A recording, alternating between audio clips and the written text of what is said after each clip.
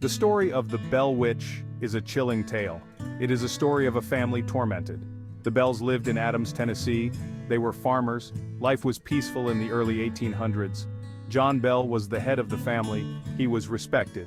Lucy, his wife, was known for her kindness. They had several children. Life was simple, but they were content. Their peaceful existence was shattered in 1817. Strange events began to plague the family. The disturbances started subtly. Footsteps echoed in the hallway. There were whispers at night. No one could be seen. The family dismissed these incidents at first. They thought their imagination was getting the better of them. However, the events intensified. Objects moved mysteriously. Animals acted strangely. The Bells started to worry. Something was amiss in their home. Fear began to creep into their lives. Sleep became elusive. Every creak of the house sent shivers down their spines. The unseen entity was making its presence known. The Bell family was trapped in a nightmare. The entity became bolder. It began to communicate. It spoke in a disembodied voice. The voice identified itself as Kate. Kate claimed to be the spirit of a wronged neighbor. Kate's voice was malicious. She taunted the family relentlessly. She was particularly cruel to John Bell. She hated him with a passion. She physically assaulted him on numerous occasions. The family was living in a constant state of fear. They tried everything to get rid of Kate. They prayed. They sought help from neighbors. Nothing worked. Kate was there to stay. Section 4. A Community in Fear. The Bell Witch's Expanding Grip. Word of the haunting spread quickly. The Bell Witch, as Kate came to be known, became a local legend. People came from miles around to witness the strange phenomena. Many left convinced that something truly evil haunted the Bell farm. The community was both terrified and fascinated. The Bells were respected members of the community. Their plight garnered sympathy. However, the fear was palpable. The Bell Witch was not content with tormenting just one family. People reported strange occurrences near the Bell farm. Animals were attacked. Crops were destroyed. The Bell Witch was casting a dark shadow over the entire community. Section 5. Old Hickory's Challenge. Andrew Jackson confronts the unknown. This chapter delves into a mysterious and eerie encounter that has fascinated historians and storytellers alike. The story of the Bell Witch, a sinister and malevolent spirit, even reached the ears of Andrew Jackson, a man known for his bravery and determination. Jackson, a future president and a formidable military leader, was a man of action and resolve. His reputation for fearlessness was well known. Despite his skepticism, Jackson was intrigued by the tales of the Bell Witch. He was not one to shy away from a challenge, especially one that tested his courage. Driven by curiosity and a desire to uncover the truth, he decided to see for himself if the stories were true. He gathered a group of trusted men and set off on a journey to the Bell farm. Jackson arrived at the Bell farm with a group of men, each one prepared for whatever might come their way. The farm, shrouded in an eerie atmosphere, seemed to hold its breath as they approached. They were met with an icy reception, the air thick with tension and unease. The men could feel the weight of the unknown pressing down on them. As they made their way to the farmhouse, the wagon carrying their supplies suddenly stopped, as if held by an invisible force. The men struggled to move it, their efforts seemingly in vain. It was as if the very ground beneath them was conspiring against their progress. Frustrated but undeterred, Jackson declared, "By the eternal, boys, it's the Bell Witch." His bold proclamation echoed through the night, a testament to his unyielding spirit. According to legend, Jackson and his men experienced a night of terror unlike any they had ever known.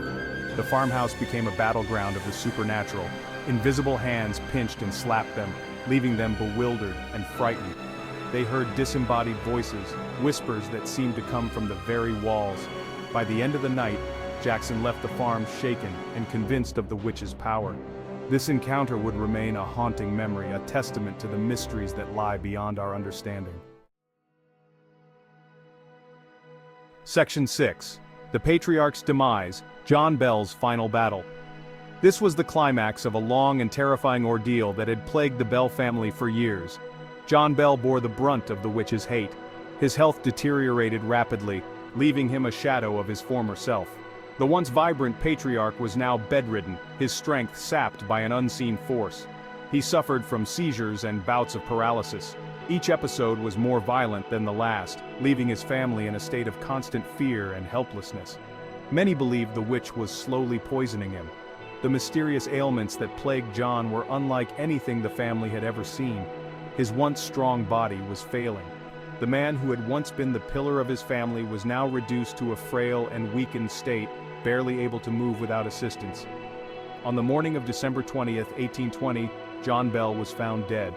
The discovery sent shockwaves through the community, as the patriarch's demise was both sudden and expected. A vial of unidentified liquid was discovered near his body. This mysterious substance only deepened the suspicions and fears surrounding his death. Some believed the witch poisoned him.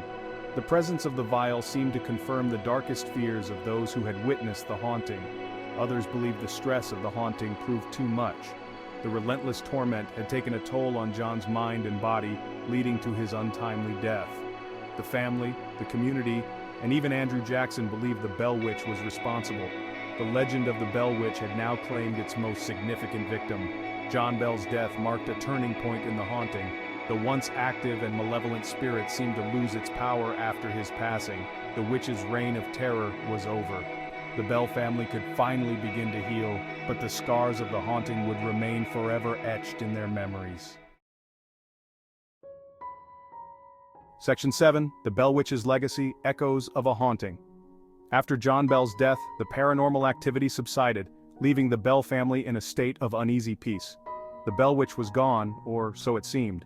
However, the story of her reign of terror lived on, passed down through generations as a chilling tale of the supernatural.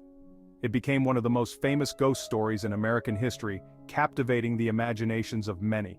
Today, the legend of the Bell Witch continues to fascinate and frighten, drawing in those who seek to understand the unknown.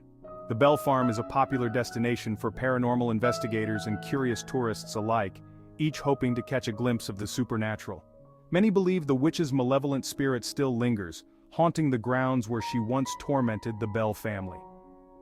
The Bell Witch story is more than just a ghost story. It is a part of American folklore that continues to intrigue and terrify. It is a tale of terror, mystery, and the unknown, a story that has stood the test of time. It's a story that reminds us that some things cannot be explained, no matter how much we try to understand them. The legend of the Bell Witch continues to haunt our collective imagination, a testament to the enduring power of a good ghost story.